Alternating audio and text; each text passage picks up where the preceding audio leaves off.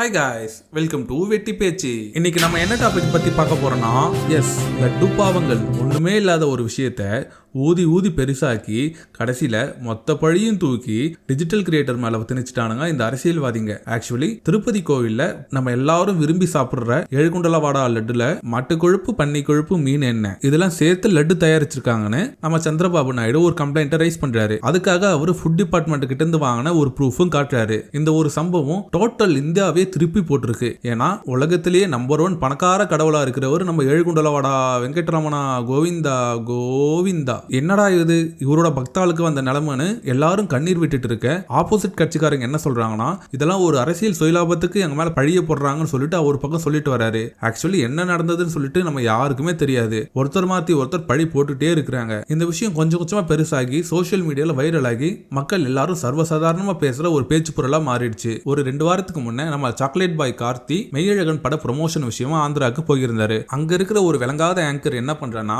கண்ணா லட்டு திங்க ஆசையான்ற ஒரு மீமை போட்டு உங்களுக்கு இப்ப லட்டு வேணுமான்னு சொல்லிட்டு கேட்க, நம்ம கார்த்தியும் உஷாரா இது சென்சிட்டிவான டாபிக், இதை பத்தி நம்ம பேசக்கூடாதுன்னு சொல்லியிருப்பாரு. ఇంకో లడ్డు కావాలా నాయనా? ఇప్పుడు లడ్డు గురించి మాట్లాడకూడదు, சென்சிட்டிவ் டாபிக் మనకు వద్దు అది.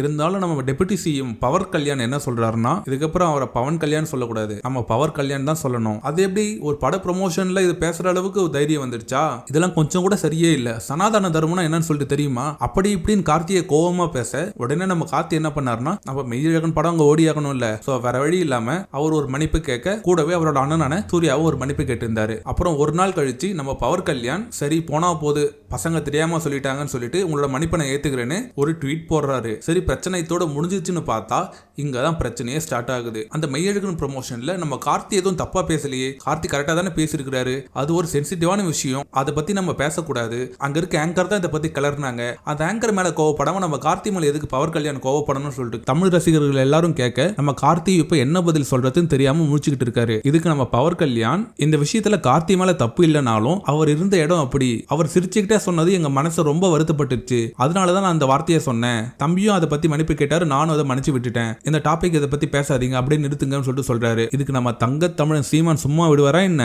அது எப்படி என் தம்பியை பார்த்து நீ இந்த கேள்வி கேட்கலாம்? அவன் தப்பாவா கேட்டுட்டான்? நீங்க சொன்ன விஷயத்த தானப்பா சொன்னா, அந்த ஆங்கர் புள்ள தானப்பா வாய் கலருச்சு, அந்த இடத்துல நம்ம தம்பி கரெக்டா தானே பேசினாப்ல.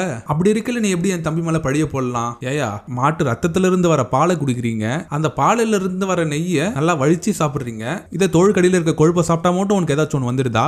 சும்மா ஏதாச்சும் எடுத்துக்கிட்டு வந்துருக்கீங்கன்னு நம்ம சீமான் கோவமா பேச, நடிகர் பிரகாஷ்ராஜ் சும்மா இல்லாம பவர் கல்யாணம் பிடிச்சி கிழின்னு கிழிக்கிறாரு. நீ எல்லாம் டெபுட்டி சிஎம் ஆகிறதுக்கு தகுதியே இல்லாதவன், உனக்கெல்லாம் எதுக்கு இந்த வேஷம்? நாட்டு மக்களுக்கு நல்லது பண்ற மாதிரி தான் உண்மையா இருங்கய்யா, ஏன் இது போல பொய்யான வேஷத்தை போட்டு சுத்துறீங்கன்னு நம்ம பிரகாஷ்ராஜ் பவர் கல்யாணம் வச்சு செய்ய, இத்தோட இந்த பிரச்சனை முடியும் சொல்லிட்டு நினைச்சாங்க. இந்த நேரம் பார்த்து நம்ம ஹீரோ என்ட்ரி ஆகுறாரு. யாருன்னு பார்த்தா நம்ம பரிதாபங்கள் கோபி சுதாகரோட லட்டு பாவங்கள். போட்ட கொஞ்ச நேரத்துல இந்த வீடியோஸ்க்கு மில்லியன் கணக்கில் வியூஸ் போக, இவங்க 2 பேரும் பண்ண சேட்டைகளை பார்த்து மக்கள் எல்லாரும் அதை புகழ்ந்து தள்ளுறாங்க. இதெல்லாத்தையும் பொறுக்க முடியாத பாஜக காரங்க சும்மா இல்லாம பரிதாபங்கள் சேனலை இழுத்து மூடணும், இவனுக்கு இன்னும் ஓவரா பண்றானுங்க, இந்து மதத்தை சீரழிக்கிறானுங்க, நம்ம கோபி சுதாகரை மிரட்டி அந்த வீடியோவை டெலீட் பண்ண சொல்றாங்க. நம்ம கோபி சுதாகரும் வேற வழி இல்லாம இது பெரிய இஷ்யூ ஆகும்னு சொல்லிட்டு அந்த வீடியோவை டெலீட் பண்றாங்க. சரி பிரச்சனை இதோட முடியும்னு சொல்லிட்டு பார்த்தா, இந்த பிஜேபி காரங்க வேற என்னெல்லாம் பண்ணிருக்காங்கன்னு பார்த்தா, கோபி சுதாகரோட பர்சனல் லைஃபை இன்வால்வ் பண்றாங்க. அண்ட் அவங்க குடும்பத்துல இருக்கவங்க எல்லாருக்கும் கொலை மிரட்டல் விடுறாங்க. இது இப்படி கண்டினியூ ஆச்சுன்னா நமக்கு சுதந்திரம் எல்லாம் போயிடும்னு சொல்லிட்டு நம்ம யூடியூப் டிஜிட்டல் கிரியேட்டர்லாம் சேர்ந்து தமிழக அரசு நோக்கி ஒரு அறிக்கையை வெளியிட்டு இருக்காங்க. இந்த லட்டு பிரச்சனை உலகத்துல இருக்க எல்லாருக்கும் தெரிஞ்சிருச்சு. கோபி சுதாகர் மேல மட்டும் எதுக்கு நீங்க பழிய போடுறீங்க? இந்தியாவில் இருக்கிறவங்களுக்கு எல்லாருக்கும் கருத்து உரிமை இருக்கு. அது போலதான் அவங்க ஒரு வீடியோ போட்டாங்க.